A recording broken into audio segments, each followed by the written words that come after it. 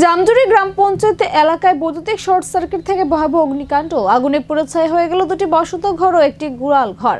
ক্ষয়ক্ষতির পরিমাণ প্রায় 10 লক্ষাধিক টাকা। ঘটনা এলাকা জুড়ে চাঞ্চল্য সৃষ্টি হয়েছে। ঘটনাটি ঘটেছে জামজুরি গ্রাম পঞ্চায়েতের অন্তর্গত বৈষ্ণববিচর এলাকার 6 নম্বর ওয়ার্ডে। স্থানীয় বাসিন্দা আবুল কাশেমের বাড়িতে হঠাৎই শর্ট সার্কিট থেকে আগুন লাগে। মুহূর্তের মধ্যে আগুন ছড়িয়ে পড়ে গোটা বাড়িতে। আগুনের লেলিহান শিখায় পুড়ে যায় দুটি বসত ঘর ও একটি গোয়াল ঘর। বাড়ির সমস্ত আসবাবপত্র সহ গুরুত্বপূর্ণ নথিপত্র ভস্মীভূত হয়ে যায়। অগ্নিকাণ্ডের ফলে সবচেয়ে বড় সমস্যায় পড়েছে বাড়ির মালিকের ছেলে, যিনি বর্তমানে দ্বাদশ শ্রেণীর পরীক্ষার্থী। আগুনে তার উচ্চ মাধ্যমিক পরীক্ষার অ্যাডমিট কার্ডও পুড়ে ছাই। খবর পেয়ে উদয়পুর দমকল বিভাগ থেকে একটি ইঞ্জিন ঘটনাস্থলে পৌঁছানোর চেষ্টা করলেও সরু রাস্তার কারণে গাড়ি ঢুকতে পারেনি। পরে দমকল কর্মীরা পাশের পুকুর থেকে মোটরের সাহায্যে জল তুলে আগুন নিয়ন্ত্রণে আনার চেষ্টা করেন। দীর্ঘ প্রায় 1 ঘন্টার চেষ্টায় আগুন সম্পূর্ণ নিয়ন্ত্রণে আসে। এদিকে খবর পেয়ে কাকরাপুর থানার পুলিশ ঘটনাস্থলে পৌঁছে পরিস্থিতি খতিয়ে দেখে। ভয়াবহ এই অগ্নিকাণ্ডে সর্বস্ব হারিয়ে দিশেহারা পরিবার। প্রশাসনের তরফে সাহায্যের দাবি জানিয়েছেন ক্ষতিগ্রস্তরা। এলাকা জুড়ে এখনো আতঙ্কের পরিবেশ বিরাজ করছে।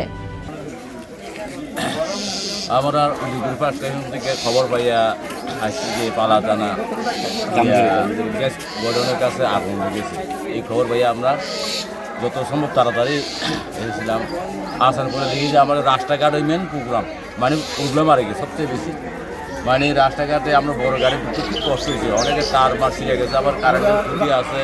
এই কারণে আমরা এক স্পটে ঢুকতে মানে অসুবিধা হয়েছে এবং স্পটে আয়া করতাম পারছি না গাড়িটা লইয়া। দূরের থেকে আমরা হয়েছে, দূরের থেকে আমরা 5টা 6টা 7টা রুলি খুলে আগুন নিবানো হয়েছে।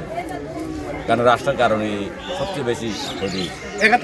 বাড়ির মালিকের নাম কি? বাড়ির মালিকের নাম আবুল হোসেন। আবুল কাশেম। স্যার কেমন ক্ষয়ক্ষতি হয়েছে? আবুল কাশেম প্রায় 25 লক্ষ টাকা। তিনটা ঘর পুরা গেছে।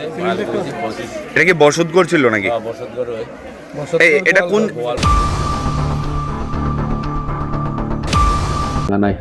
जों जतन साइमाना चिनिति प्रासानि रोल हाइजेक करिनि